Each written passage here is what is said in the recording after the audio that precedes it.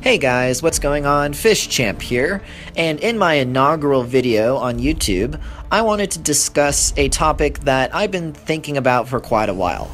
And with the new trailer for Sonic Forces that was released at E3, I think it's as good a time as any to bring up my hopes and dreams for this next iteration of the Sonic franchise. Now, before I get into some of my thoughts and opinions, I just want everybody to know that these are my opinions, these are my thoughts. I'm not trying to say that you need to believe them or should believe exactly the way I do.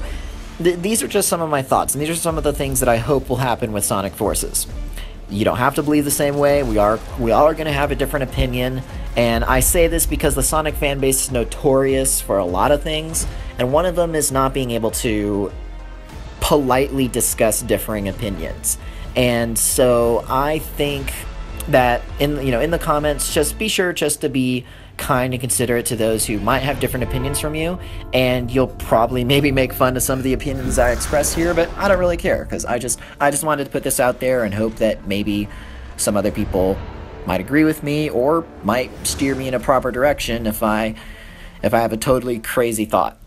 But anyway, with that way too long disclaimer out of the way, let's just launch right into it. So, the first main thing I wanted to note, just about what Sega is doing, what Sonic Team is doing as a whole, is I applaud them for waiting on both Sonic Mania and Sonic Forces. We all know that Sonic 06 was rushed, and that's part of the reason why it was such a terrible game, and it could have been so much better if it was given more time. And a lot of Sonic games have kind of followed that route of they were pressured by either outside companies or by their own self-inflicted deadlines, and it didn't really turn out well. So luckily for us, Sega and Sonic Team put their foot down and they said, no, we don't have to rush a project out for the 25th anniversary. I mean, I was a little bit salty when they only gave us Fire and Ice for the 25th anniversary. In fact, some people were even more salty than I on, like, I was looking at Facebook and Twitter comments, and they're just like, okay, if this is seriously the definitive 25th anniversary game, like, I'm quitting Sonic. And I'm just like, hold on, guys, this isn't the 25th. This is just, another Sonic Boom iteration. But I don't want to open the Sonic Boom can of worms, because I have a lot of thoughts on that as well. And the future of that spin-off franchise. But anyway, my point is I really think it's a good job, or I think Sega did a good job on not feeling rushed on this game. They're obviously taking their time. They're obviously polishing it up. They're obviously making sure that it's actually going to be a good experience. And they're putting their focus on quality rather than, oh, we have to get out something for the 25th. Here, let's put out an unfinished game. This is a marketed change from prior anniversaries and how they've treated prior anniversaries. The second thing I wanted to mention is the overall atmosphere and the overall impression that I get from this game, just from the trailers that we've seen. It's obvious that they're taking this game in a direction that I think a lot of fans have been wanting for a while, and that is just a little bit more of a serious, darker direction. Now, this isn't Shadow the Emo Hog levels of edgy, out the edge, but let's be honest. Sonic Lost World, in my view, now this is probably going to anger a few people, Sonic Lost World, in my view, was one of the worst written Sonic games ever. It was such a bad story, almost a non-existent story. The jokes were so lame, the characters were so unnecessary. Amy and Knuckles literally sat on their butts under a tree for the entire game and did nothing. Why were they there? The character development was awful. I had no reason to like the Deadly Six, or I think they're called the Deadly Six. I have no reason to really be invested in any of the characters except for Dr. Eggman, who always has nice, funny lines. But Tails was just a complete jerk for absolutely no reason. And Sonic was just, hoo-hoo, I'm Sonic! Lol! You know, take that, Mr. McNosehair, or whatever his stupid nickname was for him. You get the point. I feel that's a game about a anthropomorphic blue hedgehog who is trying to defeat an egg-shaped man who commands a vast army of robots shouldn't take itself too seriously. But on the other hand, the swing in the pendulum is that Sonic Lost World was such a blatant misdirection in terms of the writing and the story. And the gameplay, I think the gameplay itself was alright for the Wii U version, and the 3DS version too. People hate the 3DS version. A lot of it is because of the gyro controls. But I don't think it deserves as much hate as it gets in terms of the gameplay. In terms of the story, though, in terms of the atmosphere overall, hey, a lot of work to do. So, you know, Sonic Lost World is a game that was so obviously pandering to little kids. And it didn't have the older audience in mind.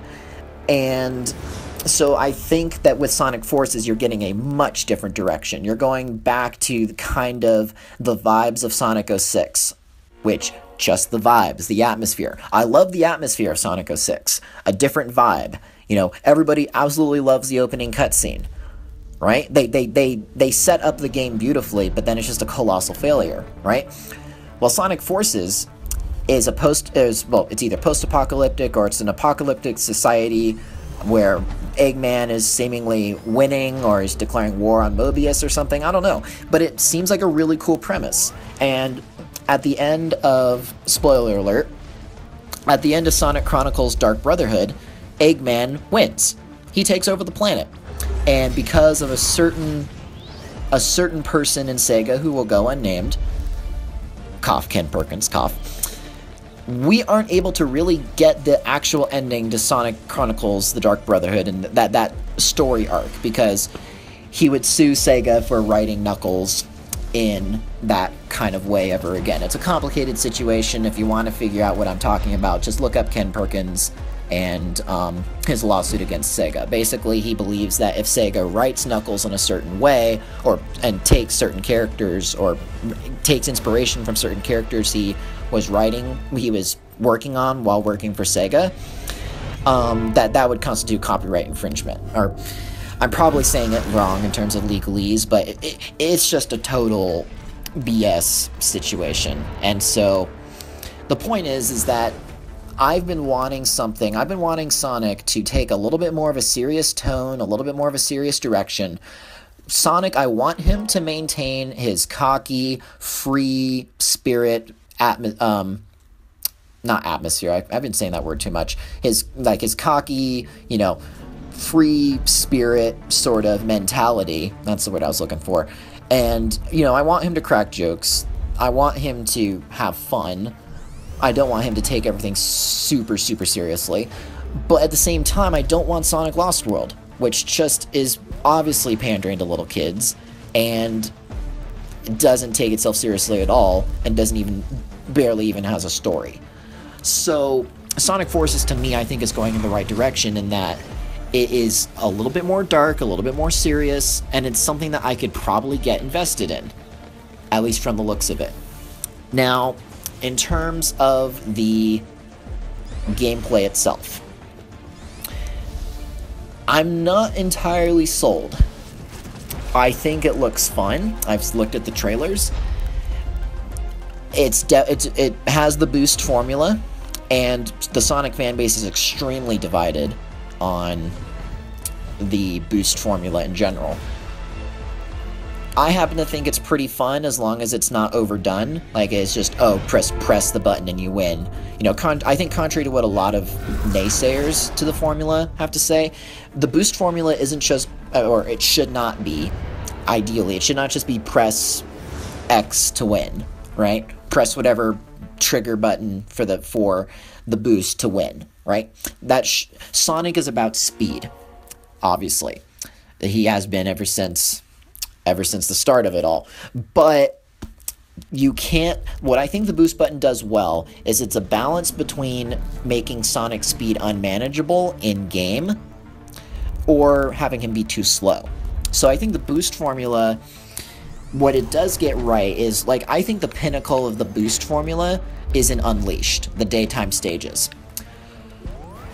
I haven't really played Unleashed all that much, just from watching videos of Sonic Unleashed daytime stages.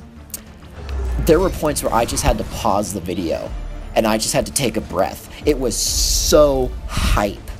It was so amazing. Just being able to blaze through those stages and just the button combos that you do, and I would love to play that. It looks absolutely stunning. And so I honestly think that Sonic Unleashed gets a lot of what the boost formula should be about. Sonic Forces seems to be kind of going a little bit towards Unleashed. That's a weird way of saying it. The direction of Unleashed. It also seems to be going a little bit towards the way of Generations. And with that being said, we know that Classic Sonic is back. I'm not really a fan of that decision because I felt that he should have stayed just in Generations. I don't... How do I put this without angering too many people? I think that Sonic Forces should have more focused on Sonic and Shadow and Knuckles and the... what's their name? Team Chaotix. You know, some of the ancillary characters that we haven't seen much about in almost a decade, right? I think even over a decade, we haven't seen much of those characters at all. And Knuckles has just been relegated to either Sonic Boom or just a silly side character that no one cares about in Sonic Lost World, right? So I was wanting to see them emphasize and have characters like Knuckles, Shadow, Team Chaotix playable. But so far, all that I've seen is Sonic and Classic Sonic, which I didn't really want Classic Sonic back, but if he has to be back, I mean, his gameplay doesn't look all that bad, and it looks pretty good. And the idea of having the 3D stages and the 2D stages, okay, I can deal with that. Generations was a good game, and I'm not opposed to it, altogether opposed to having Classic Sonic back, but in terms of a story, Generations barely had a story, and the fact that Classic Sonic is back, it kind of limits what you can do with a story due to timeline issues. So, I mean, I know the commenters are probably going to say, who cares about Sonic Timeline? I don't know, I mean, you can ask that about almost any series. Who cares about Mario Timeline? Not many people, because it really isn't an established one. A lot of people care about the Zelda Timeline because there is an official one, you know? And there's a lot of fan theories about Sonic Timeline, a lot of fan theories about various game timelines, so, but I digress. The gameplay itself seems to be a mix of Generations and Unleashed. And that's fine. In fact, that's probably going to be a good game. But here's my slight concern. Sonic Forces and Sonic Mania look to be really great. But they can't, well, they can't be bad. I mean, with the failures of Sonic Boom, the failures of Sonic games over the past 12 plus years, and I mean, we had Sonic Colors, and then we had Sonic Lost World, which is a super divisive game, and then we had Sonic Boom, you know, which was a total travesty. Sonic can't afford to screw this up. So obviously they can't, and after delaying it, after not releasing it for the 25th anniversary, no, it's obvious to everyone that Sonic can't screw this up. But I think in order to really truly become a dominant character and dominant force in gaming again, these, no pressure Sega, no pressure Sonic Team, but these games really need to hit it out of the park for Sonic to really truly begin recovering in his reputation. He started to with Colors a little bit, and Colors was a pretty great game, but it's kind of started going downhill again with Lost World, and just cratered into oblivion with Sonic Boom. So Sonic isn't in all that fantastic of a spot right now. These games need to be good. Not just good, fantastic. They need to be really, really, really, really good. And what I've seen from the trailers so far is this is going to be a good game. I just don't know if it's going to hit it out of the park yet. And that's a concern for me. The last element that I wanted to mention about this game is the customization. I'm super divided on this. On one hand, I think it's a really cool idea that you can make your own Sonic character and put that in the game. On the other hand, I have two main problems with it. A, this probably means again that they're not going to have Shadow and the side characters playable, because, I mean, why do that when you can have Sonic, classic Sonic, and you can make an infinite amount of fan characters? I mean, I'm probably going to be proven wrong, and they're probably going to have Shadow or some other character in a major role that you can play as him, but I don't know. Sonic Team doesn't really want to seem to be taking many risks like that. So the point is that it's taking away the spotlight from side characters like Rouge and Knuckles and Shadow and Team Chaotix that I really think deserve the spotlight. And they deserve to be playable again. And the other main concern I have with the customizable characters is that we all know how cancerous some corners of DeviantArt are, and some corners of the internet are when it comes to Sonic fan art. I shan't get into too much detail. But the point is that stuff like Sonic Chew or Cold Steel the Hedgehog, they're gonna run rampant. We know it. We all know it. You know it. I know it. We all know it. It's gonna happen. People are gonna make super low quality original characters, and you probably know that classic test. Search your name, the Hedgehog, and see just how horrific the fan art is. If you want bleach for your eyes, there you go. But the point is that while I think it's a cool idea, and I'm not sure if that's gonna cause a substantial difference in terms of actual gameplay. Like, I'm not sure if you can... Maybe I just haven't paid enough attention to the trailers. I don't know if that means that you can, like, change if they can fly, or if they can... how they homing attack, or various gameplay functions like that. If they did, that'd be pretty cool. You can switch that up.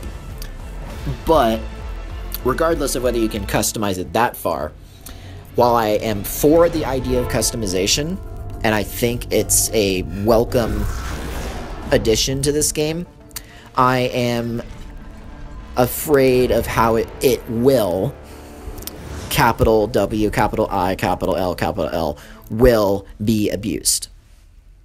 So hopefully Sega has thought of that, and hopefully there will be a way around it, or, well, I'll just leave it at that. But yeah, I'm pretty sure the custom characters are going to be abused somehow, so I just hope that the community will kind of rise above that and not go there. But anyway, my closing thoughts on the matter are this. I think Sonic Forces is going to be good, and I think it will do well. It's going to be on the Xbox One, PlayStation 4, PC, and the Switch. All great platforms, and I expect it's going to sell very well. It looks to be a very good game. Will it be great? Will it be the best Sonic game ever made? Will the story actually be something I care about? Will it be something I can be invested in, or is it just going to be Sonic Lost World levels of stupid writing? I can't say for sure. What I do know is I'm very much looking forward to playing the game, and I'm very much looking forward to Sonic Mania coming out as well. I think that it was a really smart move for them to make a classic and a modern game to be released. They had two of those in under the hood, under development. And I think Sonic fans have a lot to look forward to. Alright guys, thanks for listening to my little monologue here. If you enjoyed that, please leave a like, comment, and subscribe. I would love to hear from you. Do you agree with me? Do you disagree with me? Are there some things I forgot to mention about this game? Let me know. Alright, until next time, see y'all later.